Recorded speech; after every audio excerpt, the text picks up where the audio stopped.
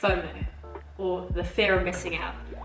This is such a popular concept, and I feel like a lot of traders experience FOMO, and it's completely normal. But why exactly do we feel FOMO?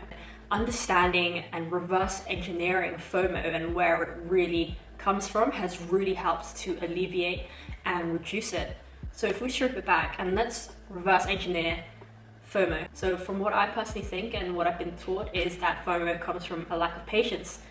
And then let's take that one step further. Where does the lack of patience come from?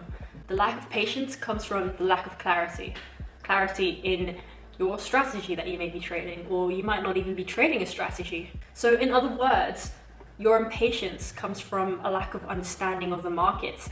You might not know what exactly you're looking for, and you might not be coming from that abundance mindset, understanding that there's so much opportunity out there, and that's why you get impatient, and that's why therefore you have FOMO. So I can hands down say that I've been in this position many times. I think in the beginning of my journey, I remember just jumping into positions, because I thought that this was the one that was gonna make me a lot of money. I thought that was the one trade, and if I don't want to miss it, so I would just jump in and sort of hope for the best, fingers and toes crossed. And obviously that didn't turn out very well. So a couple of things to help overcome FOMO, and I want to give you guys some practical tips, some practical advice, and what I've been practicing, because I don't want to just sort of preach from theoretical. Like, I've actually gone and done this, and I can honestly tell you that it's really helped with my mindset, with my trading psychology, to help overcome FOMO. Of course, it's natural to have a little bit of it, but the thing is that you don't act on it, almost as if your FOMO is down here and you can observe it. So yeah, I've been feeling like I'm in a good place right now. For the past couple and few quarters, I haven't really experienced that in a while, or anything too drastic. And I feel like, if that can happen to me, then for sure it can happen to you guys. Some main things that I've implemented throughout the months and weeks. So the first things I want to talk about is in-market experience and backtesting. So it's one thing backtesting, but then also applying that in real life in-market experience. So you can keep reinforcing your brain and your eyes to, spot these different scenarios, to keep training that, and to reinforce yourself that there's endless possibilities.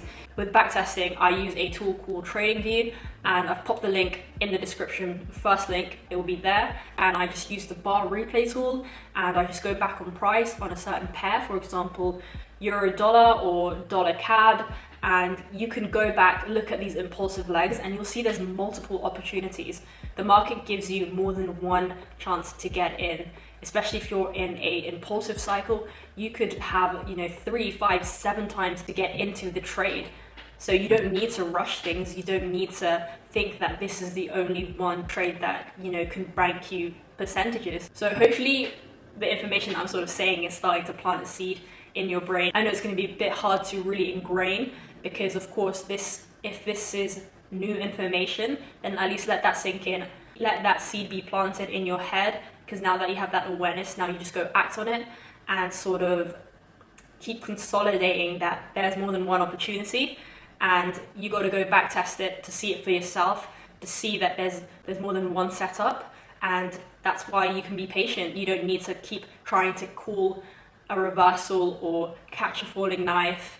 You don't need to have this fear of missing out from the markets, because the market will always give you more than one chance to get in. And the more and more you're backtesting and applying this into real life scenarios, into real life trading, then the more you're going to reinforce and ingrain that into your subconscious mind. So your conscious competence starts to go into unconscious competence, and that's really when you start trading from a level of like pure bliss. And hopefully as the months, the years go by, of course your FOMO is going to reduce as you've been training yourself and you're having this confidence in your strategy, because you've seen it with your backtesting, and then you're starting to see it in the real life markets. When you're doing this in the real life markets, that's when you start implementing, better forecasting procedures, and you're starting to forecast possible and probable scenarios. Again, understanding that there's more than one opportunity. You could take things at a risk entry, or if you don't get that, you have another opportunity for things like a tight flag. If you have no clue what I'm talking about, basically I trade market structure, price patterns, and so that's why I'm talking about these these flags and risk entry, reduced risk entry. But pretty much, I'm pretty sure that this concept, you can apply that to whether you are day trading, swing trading, whether that you use support and resistance or indicators, that same patience, that same clarity, you can apply that to whatever strategy you're trading. And sort of the process that I'm doing with forecasting is keeping it as simple as in the morning, I'm forecasting for the day, for this day ahead, what are the potential scenarios that can play out. Once you understand this, then you know exactly what you're waiting for. You know exactly what would happen when this happens, or if the market, does this, then I'm going to do that. And if you go back to my trade recaps, you'll sort of hear the language that I say or speak out when I am forecasting. It's never that, the market will now drop or the market has to drop. It's always about if the market does X, then I'm going to do Y. If it does A, then I'm going to do B. We might not get A. So if the market does C, then I'm going to do D. So we're always prepared and the market never shocks us.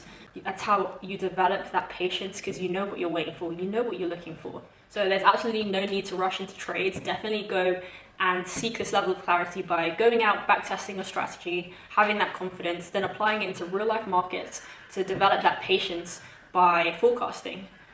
So hopefully that helps you guys with FOMO, fear of missing out. And I feel like this is nothing new. This is no new information. There's probably hundreds and tons of videos on how to, reduce fear of missing out. And it's just a matter of going out and doing the work. So guys, hopefully that was helpful. Don't forget to leave a like and leave a comment if you learned anything new, your thoughts, and all the best with trading, and hope you guys have a great week, and I'll see you guys in the next video.